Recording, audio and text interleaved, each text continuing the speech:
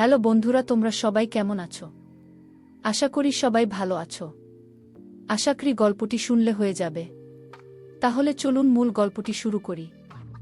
আমার নাম কণা। আমার স্বামী নিজের বাবার সাথে সবসময় বন্ধুর মতো আচরণ করত। তার উপরে আমার শ্বশুরকে দেখতে খুবই কম বয়স্ক বলে মনে হতো। আমার স্বামী নিজের বাবার সাথে সমস্ত ধরনের কথা শেয়ার করত। আমার স্বামী আমার সমস্ত ছবি আমার শ্বশুরকে দিয়েছিলেন। আমার শ্বশুর খুবই অদ্ভুত টাইপের মানুষ। তিনি আমার সাথে বন্ধু হওয়ার চেষ্টা করতেন। আমি যখনই আমার স্বামীর কাছে শ্বশুরের ব্যাপারে নালিশ করতাম তখন ও আমাকে বকে দিত আর বলতো আমার বাবা খুবই ভালো মানুষ। আর এই ভাবনাটাই আমার স্বামী সবচেয়ে ভুল ছিল। এই ভাবনাটা একদিন আমার শ্বশুর আমার সাথে এমন কিছু করে যার ব্যাপারে শুনলে বন্ধুরা তোমাদের মাথাটা নষ্ট হয়ে যাবে। আমি একটা মিডল ক্লাস ফ্যামিলি মেয়ে। আমাদের ফ্যামিলির সবাই খুব সংস্কারী, তাই আমিও খুব সংস্কারী ছিলাম। আমি কখনো কোনো কারণে বাড়ি থেকে বের হতাম না। সবসময় আমি আমার পিতামাতার সাথে বাড়ি থেকে বাইরে বের হতাম। আমরা 4 বোন আর 2 ভাই ছিলাম। সমস্ত ভাই বোনের মধ্যে আমি বড় ছিলাম, তাই বিয়ের নম্বরও আমার প্রথমে এলো। আমি খুব বেশি সুন্দরী হওয়ার কারণে যেখানে যেতাম সেখানেই কেউ আমাকে দেখলেই পছন্দ করেনি তো। কেননা আমি খুব সিম্পল ভাবে থাকতাম, কখনোই বেশি মেকআপ করতাম না। মেকআপ ছাড়াও আমাকে দেখতে খুব সুন্দর লাগত। লোকজন বলতো, যখন তোমার বিয়ে হবে আর তুমি পুরো মেকআপ করবে, তখন তুমি এক টুকরো চাঁদের থেকে কম লাগবে না। আমি সবসময় স্বাভাবিক ড্রেস পরে থাকতাম। বাড়ির লোকেরা কখনোই আমাদের মেয়েদের খুব বেশি স্বাধীনতা দেয়নি, আর না তো কখনো আমাদের ফ্যাশন ড্রেস পরতে দিত। আমি সবসময় সাধারণভাবে থাকতাম। যদি কখনো কোথাও যেতাম সবসময় নিজের বাবার সাথে যেতাম। কিন্তু বাড়িতে একটা জিনিস খুব ভালো ছিল যে আমার বাবা আমার সমস্ত স্বপ্ন পূরণ করেছিল। আমাদের বলার আগেই সমস্ত জিনিস আমাদের ঘরে এসে যেত। আমি আমার এই ছোট আর সিম্পল লাইফে খুব খুশি ছিলাম।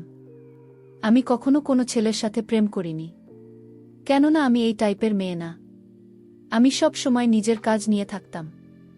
এখন আমার বয়স 20 বছর হয়ে গেছে, আর আমার বাবা মা সিদ্ধান্ত নিলেন যে তাড়াতাড়ি করে আমার বিয়ে দিয়ে দেবেন। আমার বাবা মা আমার জন্য এমন একটা সম্বন্ধ দেখছিলেন যা আমাদের মতো সিম্পল হবে। তার সাথে সাথে আমাদের ফ্যামিলির সাথে মিলে আমার বাবা মায়ের কথা ছিল, ছেলের পড়াশোনা জানার সাথে সাথে দেখতে স্মার্ট হতে হবে। কেননা আমার বাবা মা চাইতেন না যে আমার বিয়ে এমন কোনো ছেলের সাথে হোক যে দেখতে ভালো নয়, তার না তো বেশি পড়াশোনা জানে। কেননা এর আগে আমার জন্য অনেক সম্বন্ধ এসেছিল, কিন্তু আমি পড়াশোনা করছিলাম বলে বাবা মা আমার বিয়ে দেননি। এখন যদি আমার বিয়ে কোনো যেমন তেমন ছেলের সাথে হয়, তাহলে লোকের নানান কথা শুনতে হবে। তারা বলতো যে মেয়ের জন্য যখন ভালো ভালো সম্বন্ধ এসেছিল তখন মেয়ের বিয়ে দিলে না, আর এখন যেমন তেমন ছেলের হাতে নিজের মেয়েকে তুলে দিলে। আমার জন্য এক সেরকমই ছেলের সময় এলো। ছেলে অনেক পড়াশোনা, হাই ক্লাস 5, ওদের নিজস্ব বিজনেস, আর ওদের অনেকগুলো বাড়িও ছিল, আর ওদের ফ্যামিলিতে শুধুমাত্র ওর বাবা ছাড়া আর কেউ নেই। এইসব বন্ধ এলে আমার বাবা মায়ের এসব বন্ধ খুব পছন্দ হয়, কেননা ছেলের ফ্যামিলিতে বেশি লোক নেই। আর এই সময়টা এত ভাল ছিল যে না করার কোনো কারণই ছিল না। আর ছিল যখন আমার ছবি দেখে তখন সে আমাকে পছন্দ করেনি। আমার বিয়ে পাকা হয়ে গেল, আর কিছুদিন পরেই বিয়ে হয়ে শ্বশুরবাড়িতে এসে গেলাম। শ্বশুরবাড়িতে কোনো মহিলা নেই, আর শুনেছিলাম যে আমার স্বামী তার বাবার সাথে খুব ফ্রেন্ডলি ছিল, আর দুজনে নিজেদের মধ্যে এমনভাবে থাকে যেন তারা দুজন বেস্ট ফ্রেন্ড। দুজনেই নিজেদের মধ্যে একে অপরের সমস্ত কথা শেয়ার করতে। আমার শাশুড়ি অনেক বছর আগেই মারা গিয়েছেন, যদিও আমার শ্বশুরকে দেখতে খুবই স্মার্ট, আর তাকে দেখে মনে হতো না যে আমার স্বামী তার ছেলে, যেন মনে হতো আমার স্বামীর বড় দাদা। আমার স্বামীর নাম আসলাম। তাকে আমার খুব পছন্দ হয়েছিল, কেননা সে নিজের বাবার মতো খুব স্মার্ট ছিল। আমার শ্বশুর সবসময় সেজেগুজে থাকতেন। তিনি ছেলের কারণে দ্বিতীয় বিয়ে করেননি, কারণ তিনি মনে করতেন তার দ্বিতীয় স্ত্রী তার ছেলেকে নিজের মায়ের মতো ভালোবাসা দিতে পারবে না। সেই কারণেই তিনি আর বিয়ে করেননি। আমার স্বামীর ব্যবহার খুব ভালো। সে বিদেশে থেকে পড়াশোনা করত। পড়াশোনা শেষ হওয়ার পরে সেখানে শহরে নিজের ব্যবসায় চালায়। যখন বিয়ে হয় আমি শ্বশুরবাড়িতে এলাম, তখন দেখলাম আমার শ্বশুর আমার সাথে খুব ইয়ার্কি ফাজলামি করেন। আমার শ্বশুর কাজের জন্য বেশিরভাগ সময় গ্রামেই থাকতেন। শুনেছি তার একটা বাংলো আছে। তার শ্বশুর সেই বাংলোতেই থাকতেন। এদিকে আমার স্বামী ঢাকা শহরের বাড়িতেই থাকত। যখন আমার শ্বশুরের মন হতো তখন এখানে এসে থাকতেন। আর যখন মন চাইত তখনই ঘর বাংলোতে থাকার জন্য চলে যেতেন। আমার স্বামী আমাকে নিয়ে খুব খুশি ছিল। সে বলতো, আমি জানতাম না যে এত সিম্পল আর সংস্কৃতি বা মেয়ে আমার জীবনে আসবে। সে তো বিশ্বাসই করতে পারত না যে আজকের যুগে এতটা সংস্কারী আর সিম্পল মেয়ে এখনও আছে, কেননা মডার্ন যুগ আর সব মেয়েরাই এই যুগে নিজেকে মডার্ন বানিয়ে রাখতে চায়। কিন্তু আমার স্বামী বলতো, তুমি যত সিম্পল থাকতো সুন্দর লাগে, তোমার সিম্পলই তোমার সৌন্দর্যের পরিচয়। আমার শ্বশুর আমাদের বিয়ে উপলক্ষে ঢাকায় এসেছিলেন। বিয়ের 7 দিন পরেই শ্বশুর আমার স্বামীর হাতে হানিমুনে যাওয়ার জন্য ইউরোপের টিকিট ধরিয়ে দিন।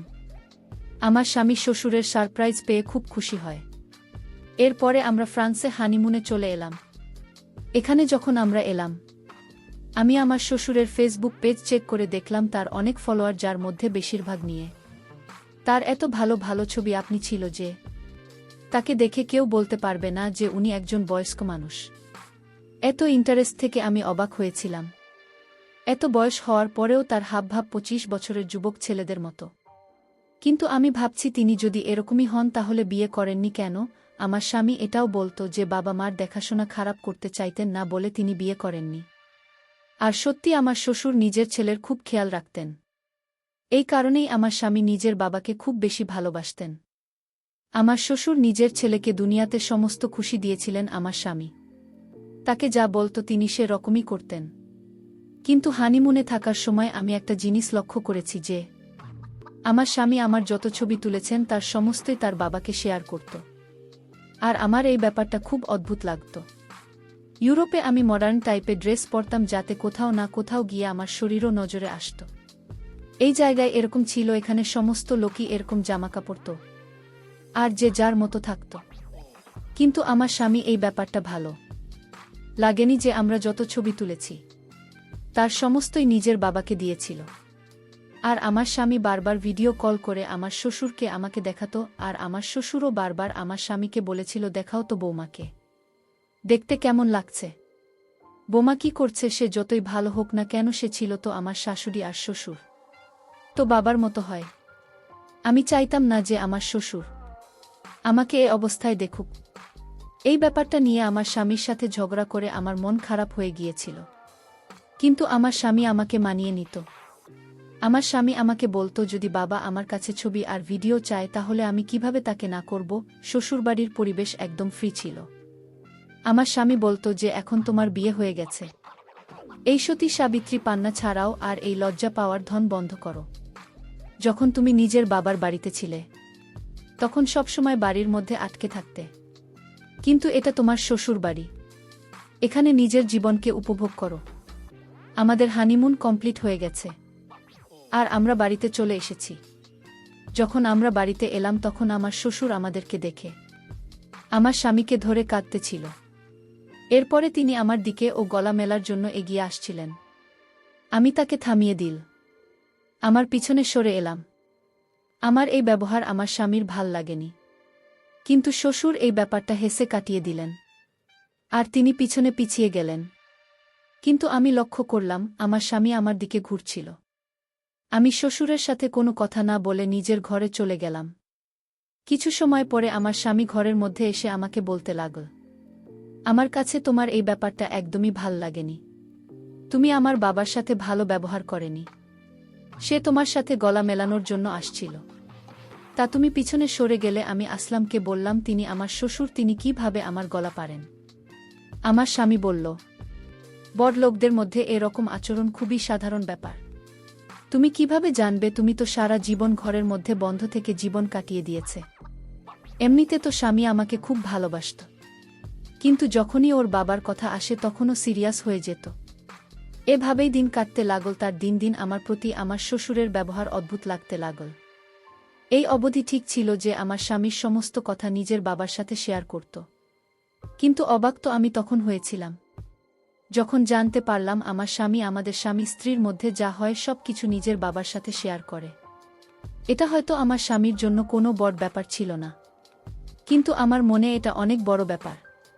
আমি তো আমার মার সাথে এসব ব্যাপারে কখনো কোনো কথা বলতে পারবো না। কেননা স্বামী স্ত্রীর মধ্যে হওয়া কথা কারো সাথে শেয়ার করা উচিত না। সমস্ত কথা ওর বাবাকে বলে দিত। আর এই ব্যাপারে আমার স্বামী নিজেই আমাকে বলতে থাকত। ও যখন আমাকে বলতো, আমি তোমার এই কথা বাবাকে বলেছি, তার বাবা তোমার কথা শুনে, আমি এই সব কথা খুব রেগে যেতাম। আমার এই ব্যাপারটা একদমই ঠিক বলে মনে হতো না। এখন তো ধীরে ধীরে শ্বশুরের ব্যবহার আমার আরও বেশি অদ্ভুত মনে হতে লাগল। কেননা আমি শুনেছিলাম যে আমার শ্বশুর বেশিরভাগ সময়ে ঘর বাংলোতেই থাকতেন। কিন্তু যেদিন থেকে আমার বিয়ে হয়েছে সেদিন থেকেই তিনি বাড়িতেই থাকতে শুরু করেছেন। তিনি তো এখান থেকে যাওয়ার নাম অবধি করছেন না। আর সবসময় আমার দিকে তাকিয়ে থাকতেন। আমার সাথে খুব খারাপ খারাপ কথা বলতেন, যেটা শোনার সাথে সাথে আমি লজ্জায় পড়ে যেতাম।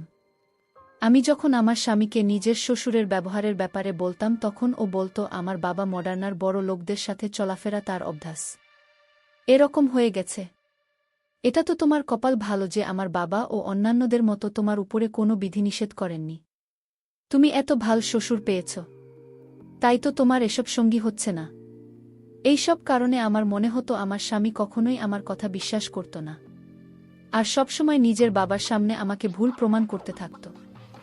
আমার সঙ্গে বারবার একটাই কথা বলতো, হাই স্ট্যাটাস এর লোকেরা এরকমই হয়, আমি তো মিডিল ক্লাস ফ্যামিলির মেয়ে ছিলাম, তাই আমাদের ব্যবহার তাদের সাথে হয়ে ওঠেনি।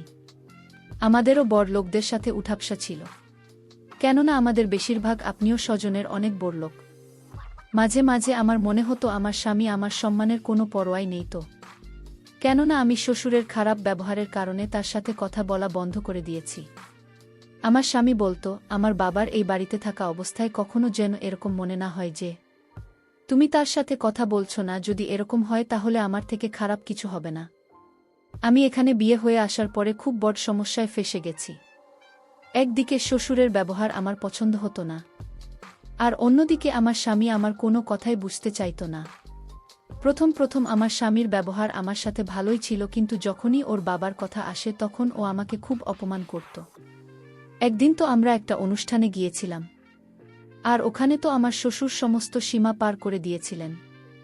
আমার শ্বশুর নিজের বন্ধুদের সঙ্গে আমার পরিচয় করালো। আমার শ্বশুরের বন্ধুরাও তার মতোই পুরো যুবক দেখতে। আমার শ্বশুর বারবার নিজের বন্ধুদের সাথে আমার পরিচয় করাতো। আমার এসব একদমই পছন্দ হচ্ছিল না। তাই আমি আমার স্বামীকে বললাম যে, দেখো, তোমার বাবা তার বন্ধুদেরকে বারবার আমাকে দেখাচ্ছেন, নিজের বোমাকে নিজের বন্ধুদের দেখাতে। আমার স্বামী বলল, শুরু হয়ে গেল। সে বলল, কনা প্লিজ, তুমি পুরনোদের চিন্তাধারা থেকে বের হব। আমরা প্রথমবার বিয়েতে এসেছি, কিন্তু আমাকে চেনে না, আর তাই তো বাবা সবাইকে তোমাকে চিনিয়ে দিচ্ছেন। আমি আমার স্বামীকে যাই বলতাম না কেন, ওর কানে আমার কথা ঢুকত না। আমার এখন ভিতরে ভিতরে ভয় করতে শুরু করেছে, কেননা আমি বুঝতে পারছি যে আমার সামনে নিজের বাবাকে যতটা ভালো মনে করি তিনি সেরকম একদমই না। তখনকার উদ্দেশ্য বদলে যায়, আমরা বুঝতেও পারি না। একদিন আমার স্বামী বলল, কাজের কারণে তাকে একদিনের জন্য শহরের বাইরে যেতে হবে। আমি আমার স্বামীকে বললাম, আমাকে তোমার সাথে নিয়ে চলো, আমি বাড়িতে একা থেকে কি করব। আমার স্বামী বলল, আমি লোকদের সাথে মিটিং করতে ব্যস্ত থাকব, তাই তোমাকে সময় দিতে পারবো না। আমি বললাম, তাহলে তুমি আমাকে আমার বাবার বাড়িতে রেখে এসো। অনেক দিন হয়ে গেছে, আমি আমার বাবার বাড়িতে যাইনি। যখন তুমি ফিরে আসবে তখন আমাকে নিয়ে এসো। কিন্তু আমার স্বামী আমার এই কথাতে রাজি হল না। তার বল, এখন তোমার বাবার বাড়ি শ্বশুর বাড়ি, এটাই শুধু একদিনের তো ব্যাপার, আর বাড়িতে বাবা থাকবে তোমার খেয়াল রাখার জন্য। আমি মনে মনে ভাবলাম, আমার সবচেয়ে বেশি ভয় তো তোমার বাবাকে নিয়ে, কেননা কখনো কখনো কথায় কথায় আমার শ্বশুর আমার সাথে সেলফি তুলতে চাইত। আমি আমার শ্বশুরের উপরে খুব বেশি বিরক্ত ছিলাম। মনে মনে চাইতাম সে যেন তার ঘর বাংলাতে চলে যায়। কিন্তু যখন থেকে আমার বিয়ে হয়েছে তখন থেকেই তিনি ঘর বানাতে যাওয়া ছেড়ে দিয়েছেন। আমার স্বামী মনে করত যে আমার শ্বশুর আমার খেয়াল রাখবে, কিন্তু আমি শ্বশুরকে নিয়ে বেশি ভয় পেতাম। আমার মনে হতো যে আমি তার বৌমা নয়, তার কোনো গার্লফ্রেন্ড যাকে সে বিয়ে করতে চায়। কিন্তু আমি পরিষ্কার শব্দে আমার স্বামীকে বলতে পারছিলাম না, কেননা আমি জানতাম যে আমার স্বামী আমার প্রতি বিরক্ত হয়ে যাবে। আর তাই আমার স্বামীকে এ ব্যাপারে কিছু বললাম না। স্বামী আমাকে রেখে শহরে চলে গেলেন। এইদিকে আমি আর আমার শ্বশুরবাড়িতে। আমার মনে মনে অনেক ভয় হতে শুরু করল। আমি রাতের খাওয়া দাওয়া শেষ করে নিজের রুমে ঘুমাতে গেলাম। আমি রুমের দরজা ভিতর থেকে নল করে ঘুমিয়েছিলাম। রাত যখন একটা বাজে তখন আমার রুমের দরজায় নক করল। আমি বুঝতে পারছিলাম এটা শ্বশুর আব্বাই ছাড়া আর কেউ না। আমি রুমের ভিতর শুয়েছিলাম। আমি যখন শ্বশুরের ডাকে সাড়া দিইনি, তখন শ্বশুর আব্বা জোরে জোরে দরজায় নক করতে থাকে। আমার ভয় সারা শরীর কাঁপতেছিল। আমি দরজায় আওয়াজ পেয়ে আমি বলেছিলাম, কে? শ্বশুর আব্বা বলল, বোমা, আমি তোমার শ্বশুর আব্বা। দরজাটা একটু খোল। দরকার ছিল। আমি আর রুমের দরজা না খুলে পারলাম না। আমি রুমের দরজা খুলে দিলাম। শ্বশুর আব্বা তখন আমার রুমে ঢুকল। আমি বললাম, শ্বশুর আব্বা, এত রাতে আমার রুমে কেন আসলেন? শ্বশুর আব্বা বললেন, কেন, তোমার রুমে আসতে কি আমার মানে আছে? শ্বশুর আব্বা বলল, বোমা, আজ বাড়িতে কেউ নেই। আমি এতদিন যে মনের ভিতর আশা লালন পালন করে যাচ্ছি, আজ তা পূরণ হবে। আমি বললাম, কিসের আশা? আপনি এসব কি বলছেন? আপনি ভুলে গেছেন আমি আপনার বোমা। আপনি নিজের স্থানে থাকুন, আমার স্থানে আসার চেষ্টা করবেন না। তাহলে আপনার ছেলে বাড়িতে আসলে কিন্তু আপনার সমস্যা হবে। শ্বশুর আব্বা একটা হাসি দিয়ে বললেন, তুমি আমার ছেলেকে সত্যি কথাটা বললেও সে বিশ্বাস করবে না। এই কথা বলতে আমি শ্বশুর আব্বাকে একটা জোরে ধাক্কা মেরেছি। শ্বশুর আব্বা দেওয়ালে গিয়ে চাপ খেল। সুরের মাথায় আঘাত লাগে। আর এই সুযোগে আমি বাড়ি থেকে পালিয়ে চলে আসলাম। যে বাড়িতে বোমার কোনো মান সম্মান থাকে না, আর সেই বাড়িতে আমিও থাকব না। তারপর আমি শ্বশুরের সমস্ত কিছু উল্লেখ করে স্বামীর কাছে পাঠিয়েছিলাম।